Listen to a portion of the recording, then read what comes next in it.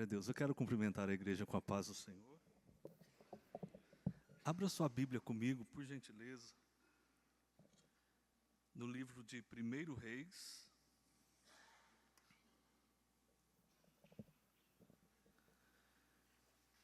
Primeiro livro de Reis, capítulo 17.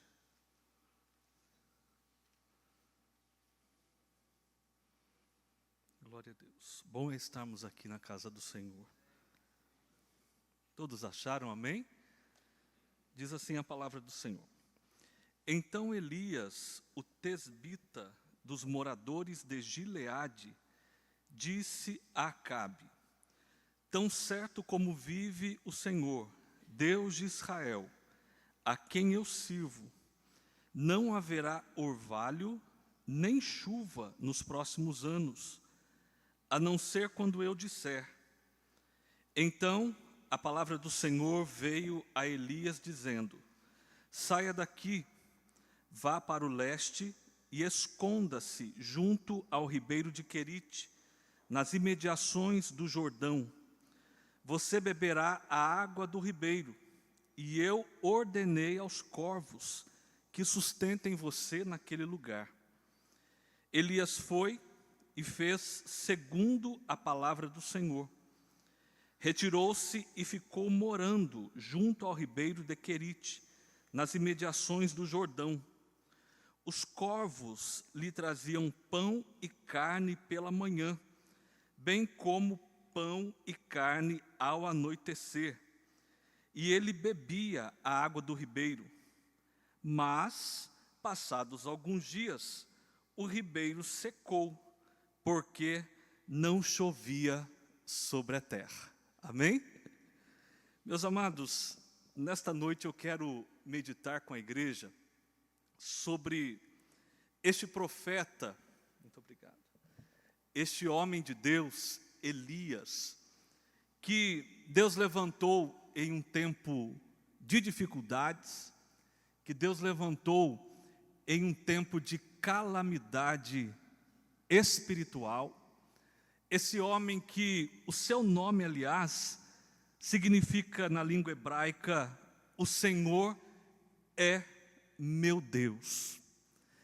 É interessante que Elias é um profeta, e o profeta era aquela pessoa, aquele homem que Deus levantava para trazer uma mensagem para a nação. Nós temos na literatura do Antigo Testamento os profetas orais e os profetas da escrita. Tanto é que nós estamos tendo aqui às terças-feiras cultos abençoados de ensino, e nós estamos aprendendo sobre os profetas menores: Amós, Jonas, Obadias, Miqueias, Naum, Abacuque. E eles são chamados de menores, são 12, não porque eram de baixa estatura, não porque tinham uma condição econômica inferior, mas eles eram chamados de profetas menores, porque o texto ou a extensão do livro não era grande. Então, há profetas, por exemplo, que nós temos 2 capítulos apenas, 3 capítulos apenas. Pastor Ezra está lembrando aqui que Obadias tem 24 versículos. Então, são profetas chamados na literatura bíblica de profetas menores. Agora, nós temos também os profetas maiores. Por exemplo, Isaías. O livro de Isaías tem mais de 60 capítulos. A extensão do tempo de profecia também foi grande, foi maior. Então nós temos Isaías, temos Jeremias, temos Lamentações de Jeremias, temos Ezequiel, temos Daniel. Mas 21 versículos, pastor Ezra está trazendo aqui a informação, 21 versículos, Obadias. Mas, além destes, que são os profetas da escrita, portanto, eles profetizaram e escreveram, tanto é que chegou até nós, inspirados pelo Espírito Santo, há na palavra de Deus homens que Deus levantou para entregar a sua mensagem em tempos difíceis, porém, esses profetas não eram da escrita. Então nós não lemos, por exemplo, o livro do profeta Elias. O senhor já leu algum livro do profeta Elias? Alguém aqui já leu na Bíblia o livro do profeta Elias? Não, porque não tem. Agora, o fato de não estar escrito, não estar registrado, não quer dizer que não foram importantes ou que não foram usados por Deus de uma forma extraordinária para que de fato fossem boca de Deus para aquela geração, para aquele momento. E a vida de Elias, o Senhor é o meu Deus, é uma vida que tem muito a nos dizer nesta noite. Quantos querem ouvir a palavra do Senhor? Amém? Mas onde estava Elias? Ora, igreja, Elias, que era o profeta, ele estava em um contexto social de decadência. Decadência terrível, porque o rei que estava no comando da nação era o rei Acabe. O rei Acabe foi tido por um dos piores reis de Israel. O homem era terrível. Aqui o reino já tinha sido dividido, reino norte, reino sul, e Acabe está reinando sobre o norte. Elias está neste contexto, e Acabe, além de ser terrível, ou fazer muita coisa má, aliás, abrindo um parêntese aqui, quando um rei fazia coisas muito ruins, a expressão que o escritor do livro de Reis, e assim também o escritor do livro de Crônicas, coloca é: fulano de tal andou pelos caminhos de Jeroboão. Jeroboão foi o primeiro rei quando houve a divisão entre reino norte e reino sul. E Jeroboão foi ruim, foi um péssimo rei, rei de Israel, fez tanta coisa ruim. E quando vinha um rei que fazia coisas erradas também, a Bíblia diz, andou pelos caminhos de Jeroboão. A Bíblia está dizendo que Acabe fez o que era mal aos olhos do Senhor, mais do que todos os reis que vieram antes dele. Como se fosse pouca coisa andar nos pecados de Jeroboão, Acabe foi mais longe. E por que é que Acabe foi mais longe? O texto vai nos dizer que, não satisfeito, Acabe vai e se casa com uma mulher chamada Jezabel. Quantos aqui já ouviram falar de Jezabel? Quando você lembra, ou quando você pensa em Jezabel, o que vem à sua mente? Não responda. Era tranqueira. Jezabel era aquela que, se tivesse passando aqui pela calçada da igreja, muita gente ia atravessar a rua, que era ruim. Ela não era do povo de Israel, ela não era do território de Israel. A Bíblia diz que ela era fenícia, ela era da terra dos sidônios. E é interessante que a Jezabel, ela, quando chega em Israel, na terra de Israel, ela traz a idolatria, ela traz o culto a Baal. Baal era a principal divindade da época. E quando eu falo de Baal aqui, eu não estou falando apenas de uma imagem de Baal. Eu estou dizendo à igreja que trazer Baal para a terra de Israel, e a terra de Israel era a terra do povo de Deus, trazer Baal para a terra de Israel era nada mais, nada menos do que abrir caminhos e portas para a atuação espiritual maligna, porque não é apenas uma estátua, não é apenas uma imagem. A questão é que a Bíblia vai deixar bem claro que quem atua por detrás dessas estátuas, dessas imagens ou dessa idolatria, é o reino espiritual das trevas. A igreja está entendendo, amém? Não satisfeita com isso, a Bíblia diz que Acabe vai e faz um poste da deusa Azerá. Baal, a divindade, e agora Azerá.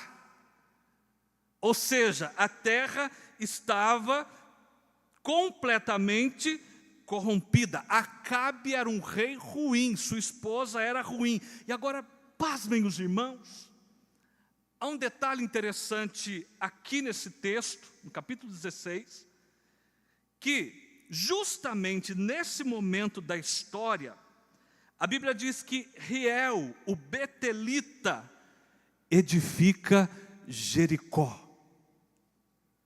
Lembra lá de Jericó? O que aconteceu com Jericó?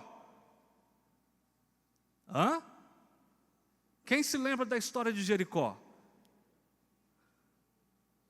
As muralhas foram ao chão, não é isso? É a história de Jericó. Só que muita gente não se recorda de que houve uma profecia.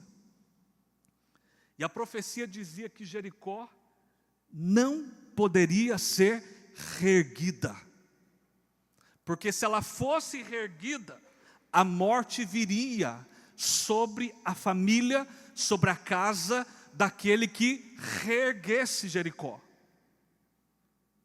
E o que vai acontecer nesse período? A Bíblia diz que justamente nos dias de Acabe, Riel, o betelita, edificou Jericó. Olha a desobediência imperando aí. E quando ele edifica Jericó, a Bíblia diz assim, cumprimenta a profecia, quando ele lança os alicerces da cidade, morre Abirão, seu filho primogênito. E quando coloca os portões, morre Segube, seu filho mais novo, segundo a palavra do Senhor, anunciada por meio de Josué, filho de Num.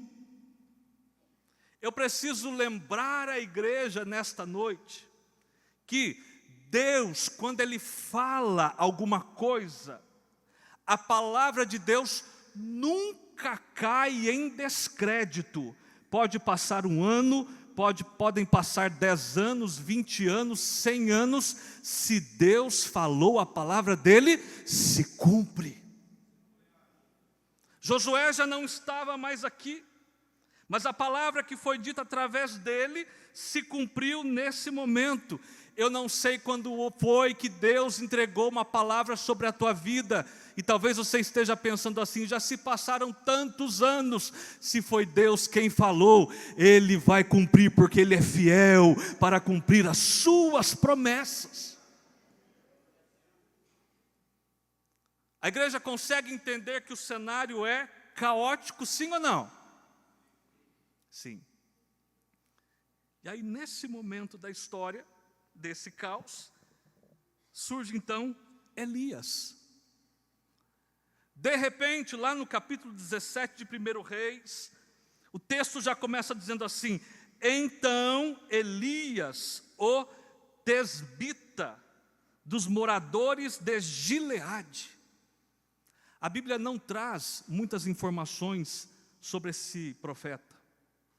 Nós não temos muitas informações sobre a infância dele, não temos, na verdade, informações sobre a sua genealogia, nem sobre a sua infância, porque o texto vai dizer que, de repente, Elias aparece como um homem de Deus, como um profeta de Deus, e quando ele aparece, ele já vai diante do rei Acabe, essa autoridade terrível, e diz assim, olha, tão certo como vive o Senhor, Deus de Israel, a quem eu sirvo. Portanto, ele era crente.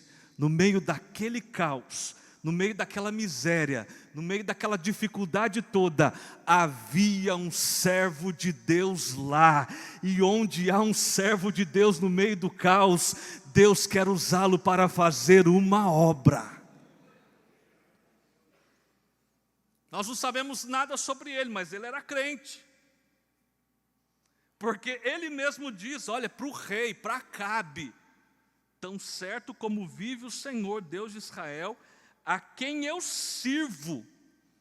E ele traz uma palavra dura: não haverá chuva, nem orvalho nos próximos anos, a não ser quando eu disser.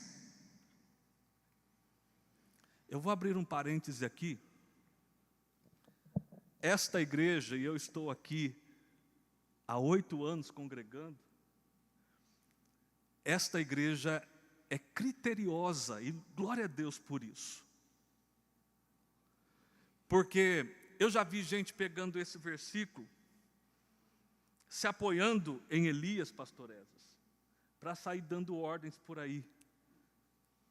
Faz isso, vai acontecer aquilo, não vai acontecer, porque eu que estou mandando, eu sou profeta do Senhor. Eu já vi muita gente querendo ser profeta do Senhor sem ter intimidade com Deus.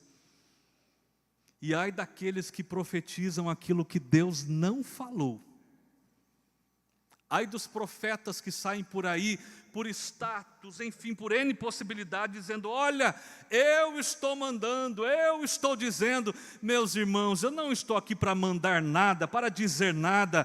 Quem manda é o Senhor, quem fala é o Senhor. Elias teve a autoridade do céu porque ele tinha intimidade com Deus. Ele era servo de Deus, e onde há um servo de Deus, a palavra de Deus, a autoridade de Deus está na sua boca. Interessante que depois que ele anuncia isso, o Senhor diz assim, saia daí de onde você está, porque eu tenho um compromisso com você. Quem aqui já sentiu sede? Levanta a mão. Quem aqui já ficou com sede por mais de 2 horas? Alguém aqui já passou sede o dia inteiro? Temos umas mãos aí. Só de falar nisso, alguns já pegaram a garrafinha com água. Te vi, Sidney.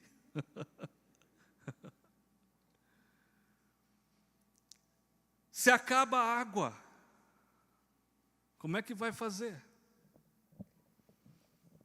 Comida a gente até aguenta um pouquinho. Bate um mau humor, não é assim? Fica meio depressivo, reclama, está com fome, fala bom dia para quem? Porque não comeu ainda. Mas a sede é terrível. O profeta de Deus vai para Acabe e fala, olha, não vai ter nem orvalho. Os irmãos sabem da importância do orvalho. E não vai ter chuva. E não falou assim, nas próximas horas, nos próximos minutos, ou nos próximos dias, nos próximos meses. O Senhor disse para o profeta, ou através do profeta para Acabe, não vai ter chuva nos próximos anos. Anos é plural, um ano, não foi um ano, anos, plural, não vai ter chuva. E aí eu acho interessante que o Senhor manda o profeta entregar esse recado, mas ao mesmo tempo, o Deus que tem compromisso com os seus servos, e cuida dos seus servos, ele diz assim para Elias, olha Elias, faz o seguinte, vai para um lugar chamado Querite, porque na terra de Israel vai ter seca por anos, mas eu vou cuidar de você, vai ter água para você beber, porque você é meu servo. Eu preciso dizer algo para a tua vida nessa noite. Independentemente do que acontece ao nosso redor, da crise social, da crise política, da crise econômica, coloque os teus olhos em Jesus de Nazaré, é dele que vem a tua provisão. Se nós olharmos para o cenário mundial, está caótico. Não olhe para o cenário mundial, olhe para o Deus que te chamou e te colocou aqui nesta noite. Se tu és servo, serva, fique tranquilo, Ele vai cuidar de você. Deus manda. Vai lá para o Querite. Mas deixa eu falar uma coisa para a igreja. Querite era um vadi.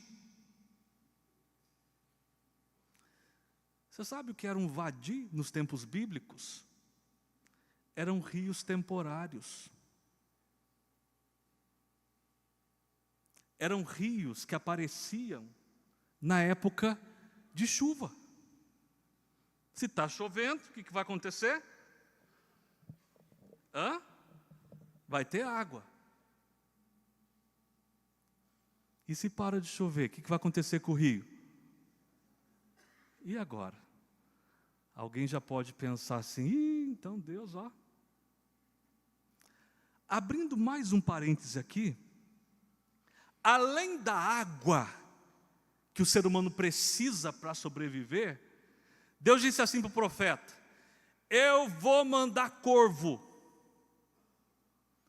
e o corvo vai levar pão para você todos os dias. Vá para o Querite, você vai beber da água do ribeiro, e eu gosto do termo que aparece, e eu ordenei aos corvos. Eu imagino o Senhor falando: ô corvo, tem um servo meu que precisa de comida, você vai levar lá para ele. Há um tempo atrás, saiu uma explicação, porque a vida inteira, pastor Esdras, nós ouvimos que eram os corvos mesmo. E aí veio agora alguém, ou os estudiosos estão dizendo que corvo aqui houve uma dificuldade com a interpretação do texto hebraico, e que corvos aqui não seriam necessariamente corvos, e sim pessoas de um grupo, de uma comunidade que estavam lá próximos, e eles então levavam pão para Elias. E aí alguém falou assim: e agora então o texto perdeu a força? Eu digo que não, porque não importa se era o corvo, animal, bicho, não importa se o corvo aqui eram pessoas, o que importa é que o que Deus prometeu, Deus cumpriu. Ele falou: eu vou cuidar de você, lá vai ter água e lá vai ter pão. E é uma vez só por dia? Não. A Bíblia diz que de manhã e no final da tarde, já para a noite, os corvos iam e levavam pão fresquinho para ele. Isso me ensina uma coisa nesta noite: Deus cuida de você de manhã, Deus cuida de você de tarde, Deus cuida de você à noite. Mas pastor, era corvo bicho ou era corvo gente? Não importa se era corvo bicho ou se era corvo gente, eu continuo adorando Deus que é grande e poderoso, tanto para levantar gente, quanto para mandar o corvo se for preciso. Ele manda, porque Ele é grande e fiel. Glória a Deus, nós estamos diante de um Deus grande e fiel. Aliás, diga-se de passagem, quando Ele manda, os animais obedecem. Quando Ele manda, a natureza obedece. O mar estava revolto, mas Jesus levanta e diz: aquieta-te, mar, e fez-se uma grande bonança. O Deus que nós servimos tem controle sobre todas as coisas aqui nesta noite. Ele cuida de você. Eu estou sentindo a presença dEle neste lugar. Quantos estão sentindo?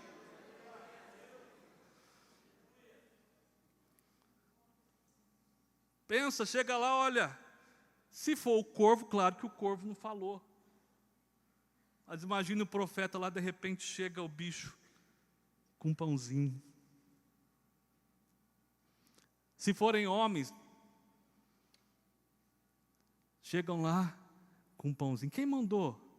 Olha, nós recebemos uma ordenança da parte de Deus. Mandou vir trazer pão aqui para você. Mandou cuidar de você. Só que o texto vai dizer, eu já estou caminhando para o fim, que passados alguns dias o ribeiro secou. Por que secou, igreja? Porque era um temporário. Vadio. Ganhou um automóvel 0 quilômetro. Pode pegar com seu pai.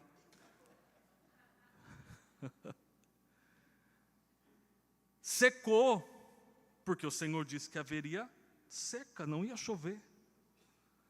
Aí fala, pronto, agora o profeta vai morrer, agora a coisa vai ficar complicada. Aí o Senhor, quando o ribeiro seca, a palavra do Senhor vem a ele novamente. Entenda isso. Quando o ribeiro seca, a palavra do Senhor vem a ele novamente. Haverá momentos na nossa vida que nós vamos caminhar com a provisão de Deus até o ribeiro secar.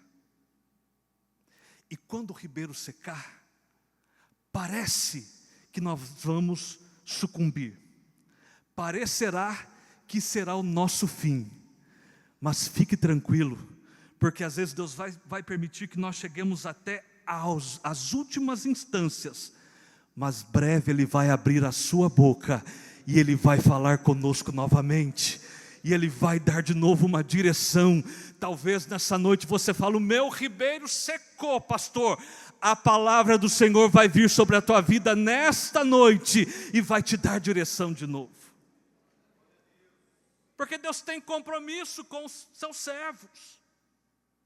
Quando o ribeiro seca, a palavra do Senhor vem a Elias e fala assim para ele, Elias, agora é o seguinte, levanta daí. Levanta, Senhor. Acabou a água. Não dá mais para você ficar aí.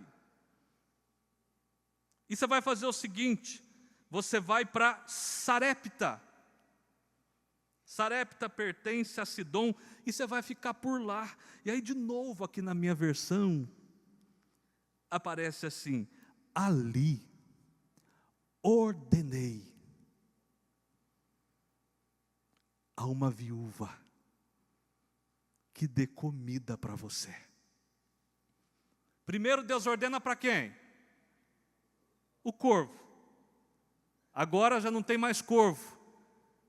Aí a voz do Senhor vai falar com a viúva. Eu imagino essa viúva lá na casa dela, cuidando da vida dela, e de repente, o Senhor fala com ela. Vai chegar um homem aí. Esse homem é meu servo. Esse homem anda comigo. Esse homem é porta-voz da minha mensagem. Quando ele chegar aí, você vai cuidar dele. Só que a Bíblia diz, e hoje a irmã Sara falou de manhã na escola dominical, que das viúvas cuida quem? Deus. Então eu entendo aqui que quando o Senhor fala para ela, olha, cuida do profeta, o Senhor também estava dizendo, de você eu tenho cuidado, e eu continuarei cuidando. Quando o profeta chega,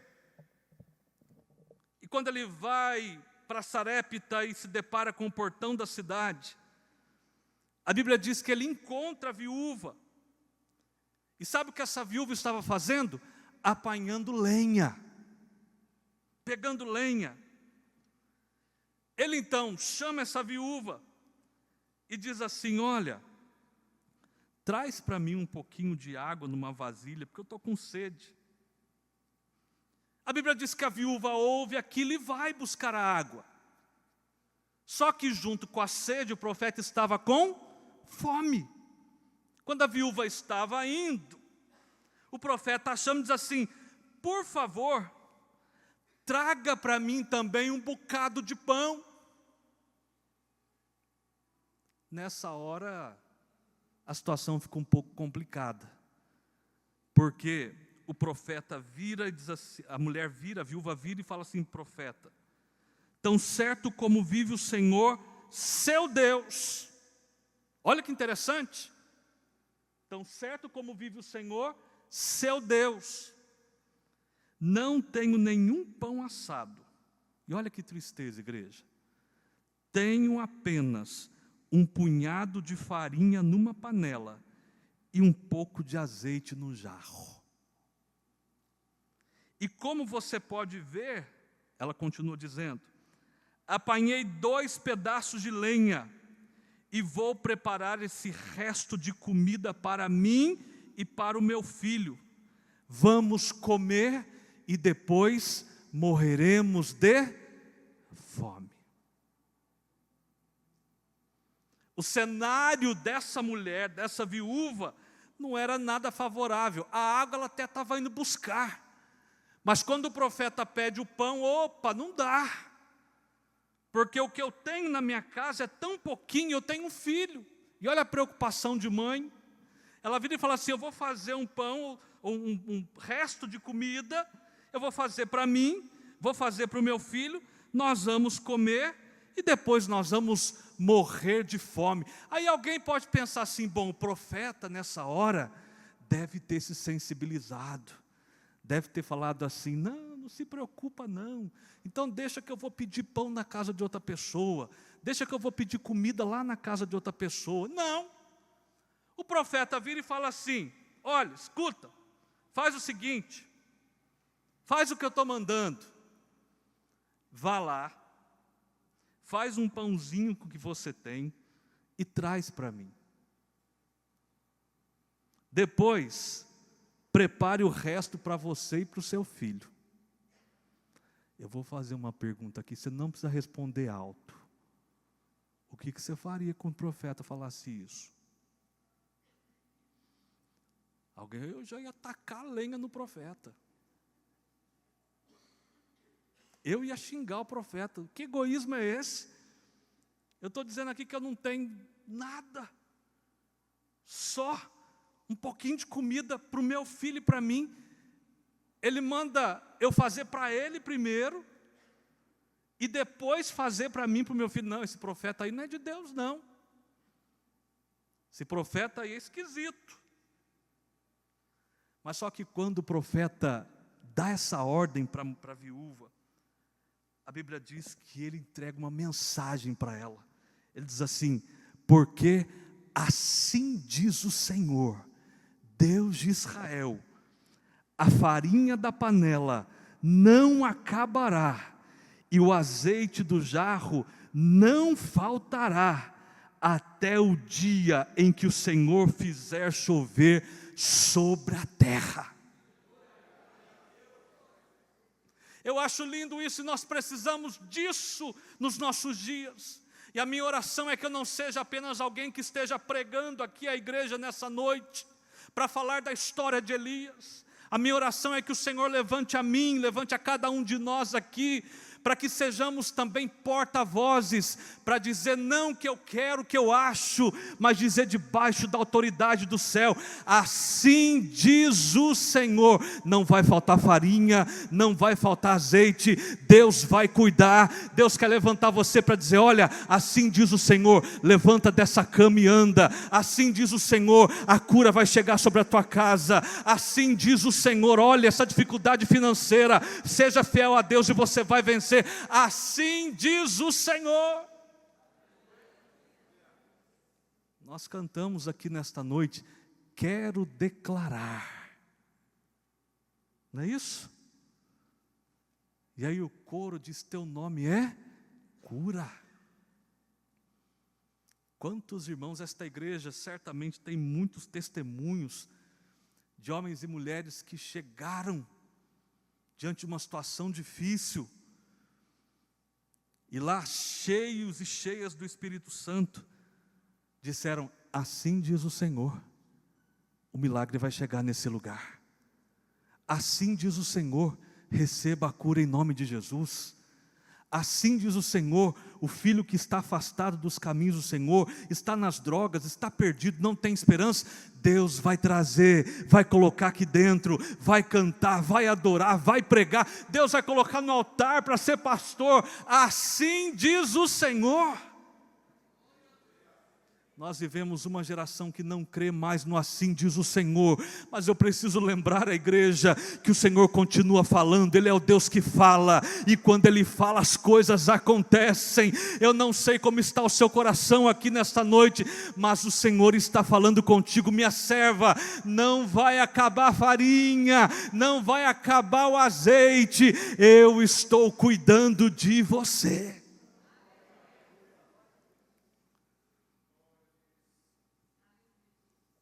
Deus cumpre. Mas é interessante que a Bíblia diz que a viúva foi e fez, segundo a palavra de Elias. E é interessante também que o texto vai dizer que comeram ele, ou seja, o profeta, ela e a sua casa durante muitos dias. A farinha da panela não acabou, e o azeite do jarro não faltou, segundo a palavra do Senhor, anunciada por meio de Elias. Coloque-se em pé em nome de Jesus.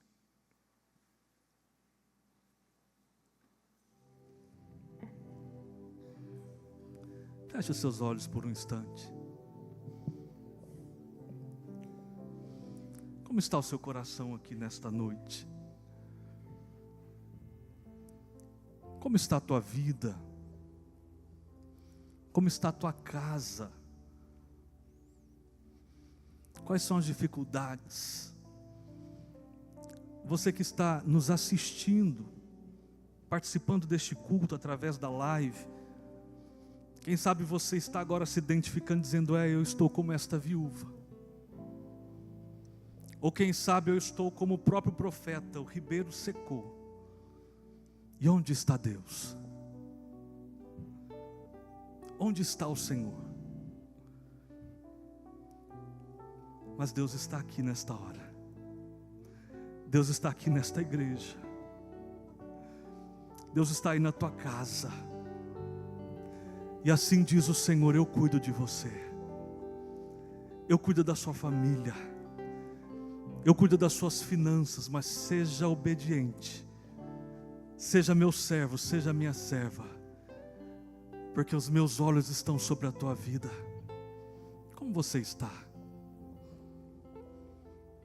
Como você está?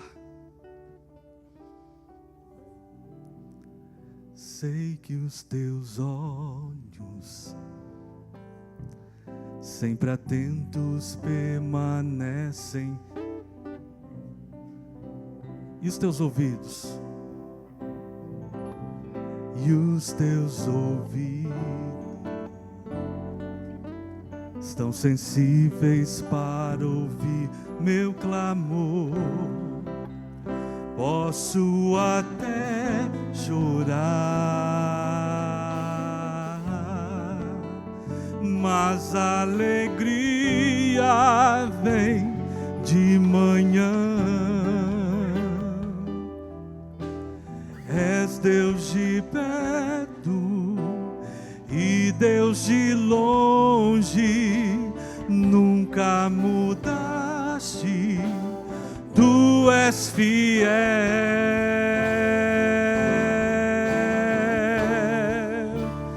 Deus de aliança,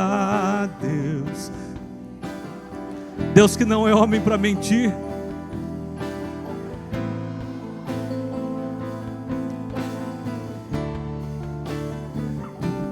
Pode passar, tudo pode mudar, mas sua palavra vai se cumprir.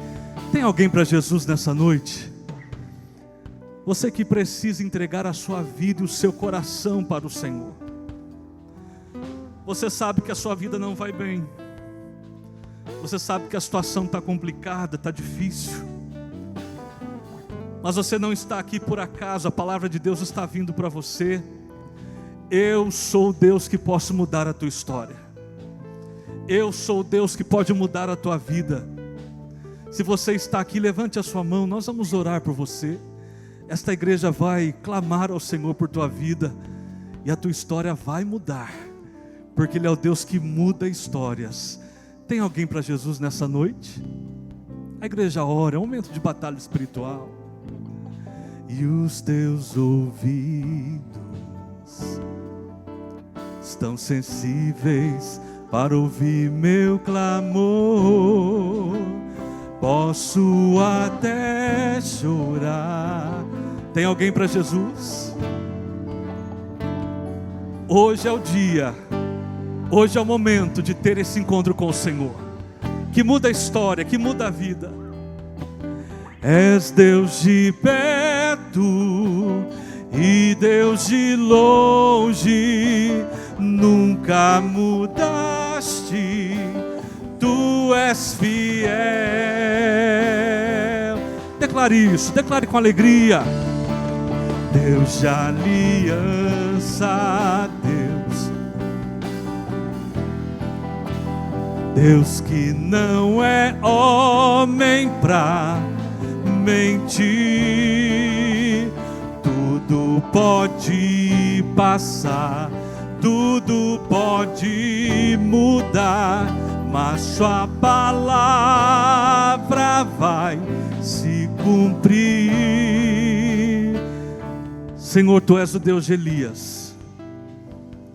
É a Ti que nós adoramos nesta noite. Nós colocamos a nossa vida nas Tuas mãos. Somos Teus servos, Senhor. Temos as nossas necessidades, mas o Senhor é o Deus que as supre. Senhor, se tem alguém em casa neste momento, entregando a vida e o coração a Ti, nós oramos por esta pessoa. Quem sabe por esta família que está recebendo a Ti como Salvador e Senhor. Pai querido, também oro para que o Senhor traga a provisão, a bênção, o milagre, Senhor. A farinha não vai acabar e o azeite também não vai acabar, porque o nosso sustento vem do Senhor. E o Senhor é poderoso para levantar pessoas, assim como o Senhor é poderoso para ordenar a corvos que tragam pão fresco aos seus servos. Se o Senhor não voltar, que esta semana seja uma semana de bênção e de vitória para a Tua igreja. Assim nós oramos, em nome de Jesus. Amém, Senhor. Deus abençoe a todos, em nome de Jesus.